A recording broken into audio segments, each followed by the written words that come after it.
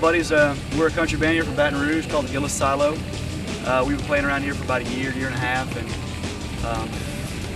me and some of the guys have been playing together for several years, and we just got together when I got back from Afghanistan in 2013 and started playing. A lot of good things started happening for us. So I've always been a huge country fan, and whenever I was younger, I got into there was a big rock scene here in Baton Rouge, and I played a lot of rock music around here at the local venues, like Catering, rest in peace.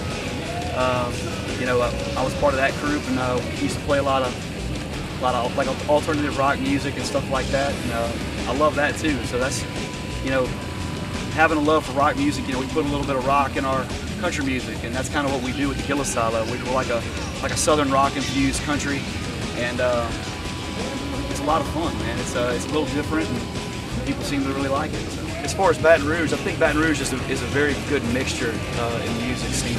And as far as music scene goes, they got a lot of folk Americana bands here. They got a lot of there's a lot of cover bands here, but there's also a lot of classic rock type bands, and they have a couple of there's a lot of DJs in town. So there's a whole lot of stuff in Baton Rouge going on right now. As far as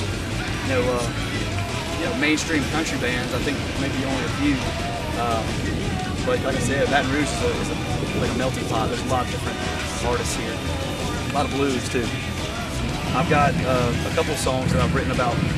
Well, one of our most popular songs that has to do with that is called Home. It's on our EP, and basically I wrote that song about coming back from overseas and what I thought it would be like. People seem to really attach to that song, and they like to listen to it and play it. And I get messages on Facebook all the time about it from veterans all over the country, how much they relate to it. And we also have another song called Still Got the Gun that I wrote about post-traumatic stress disorder and how a lot of people struggle with that when they come home. And that one has struck a chord with a lot of people, especially when we're on tour. I get people I've never met just coming up to me, some of them with tears in their eyes. Like, you hit the nail on the head, you know exactly what I'm dealing with. And it's very, very moving for me because I understand. And how do people pick up your music? Oh, they can get our music on iTunes. We got it on Amazon, Google Play, all the usual suspects online. You can pick it up. We also have some EPs for sale at our shows, and you can go check out our music video for She's My Hurricane on CMT.com and on YouTube and all that stuff. And it's got a lot of stuff out there. Just Google it. Google the Gillis Silo, and you'll find a whole bunch of stuff. One last question.